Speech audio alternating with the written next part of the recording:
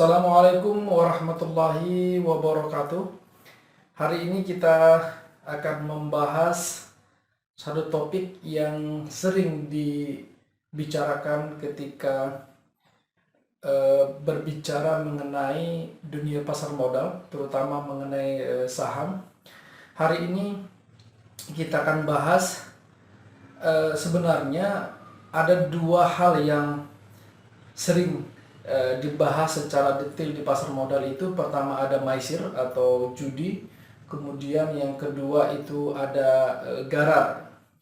Kedua persoalan ini sangat sulit untuk dikendalikan di pasar modal sebenarnya.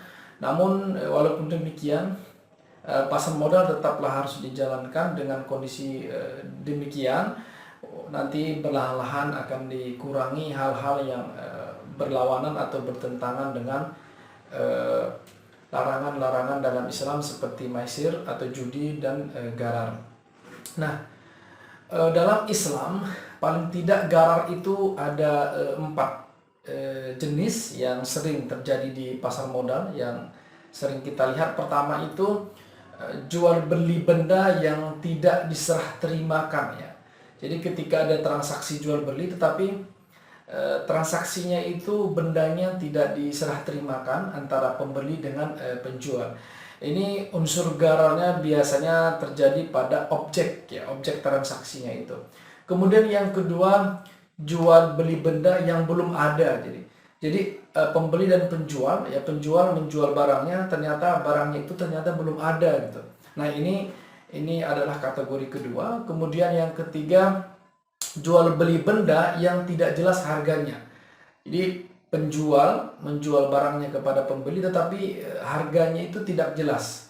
Tidak jelas dalam artian ya tidak tertulis atau juga tidak disampaikan harganya berapa, tetapi jual belinya itu mau dilakukan transaksinya antara pembeli dengan penjual. Kemudian yang terakhir, yang keempat itu ada jual beli yang dimana benda yang sifatnya itu tidak jelas. Kalau tadi misalkan harganya tidak tertulis atau tidak jelas, tapi sekarang itu benda dari objek transaksi antara pembeli dan penjual itu ternyata tidak jelas sifatnya. Apakah ini bagus barangnya, ataukah jelek, ataukah bermanfaat atau tidak bermanfaat ya. Ibaratnya membeli kucing dalam karung, artinya kita tidak melihat benda itu secara jelas oleh indera kita, terutama dengan mata, sehingga dia ini menjadi garar ya.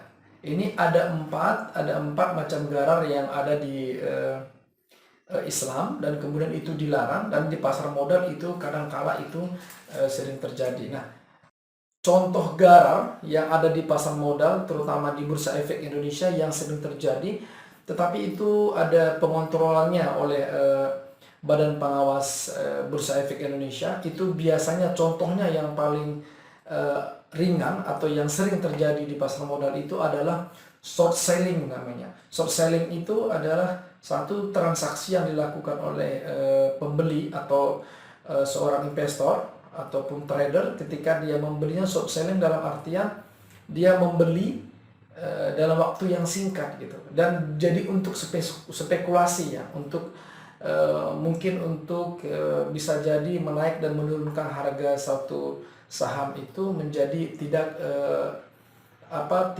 alamiah ya, tidak menjadi teratur, sehingga dia terjadi ketidaknormalan di dalam pencatatan saham tersebut. Nah, ini namanya short selling, dan ini sangat dilarang di dalam Islam karena dia masuk ke dalam garar.